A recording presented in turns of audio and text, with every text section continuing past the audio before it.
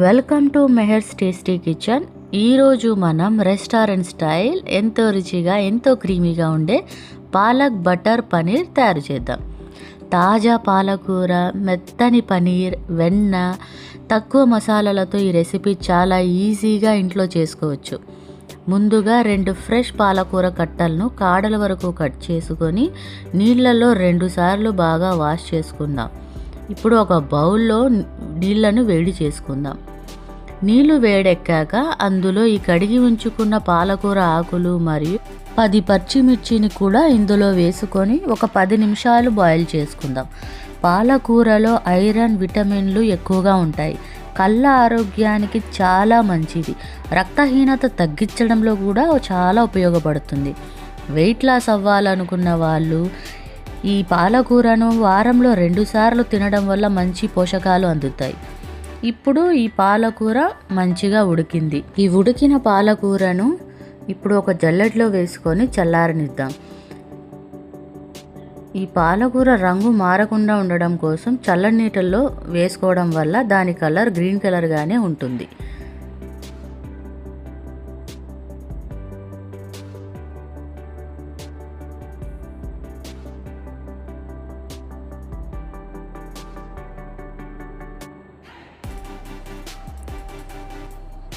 ఈ పాలకూర చల్లారేలోగా మనం పన్నీర్ని చిన్న చిన్న ముక్కలుగా కట్ చేసుకుందాం.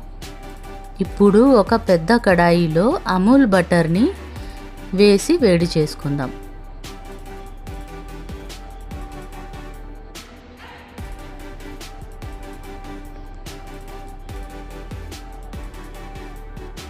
బటర్ హీట్ అయ్యాక అందులో పన్నీర్ ముక్కల్ని వేసుకొని లైట్ బ్రౌన్ కలర్ వచ్చే వరకు వేయించి ప్లేట్లోకి తీసుకుందాం.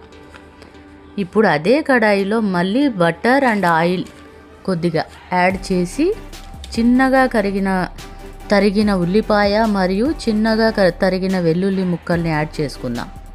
ఇది వేగే వరకు మనం చల్లార్చుకున్న పాలకూర మరియు కొన్ని జీడిపప్పుల్ని మిక్సీ జార్లో వేసుకొని పేస్ట్ చేసుకుందాం. ఇప్పుడు ఆ పేస్ట్ని కడాయిలో వేసుకుందాం. కొంచెం వాటర్ కావాలంటే కూడా యాడ్ చేసుకుందాం. ఇందులో 1/2 టేబుల్ స్పూన్ కారం, 1/2 టేబుల్ స్పూన్ గరం మసాలా, టేస్ట్కి సరిపడా సాల్ట్ వేసుకొని మూత పెట్టేసుకొని ఆ పసురు వాసన పోయే వరకు మనం బాయిల్ చేసుకుందాం. ఇప్పుడు లాస్ట్లో అందులోనే వేయించి పెట్టుకున్న పన్నీర్ ముక్కలు కూడా యాడ్ చేసుకుందాం. ఈ కర్రీకి మరింత టేస్ట్ పెంచడానికి లాస్ట్లో తడకా వేసేద్దాం.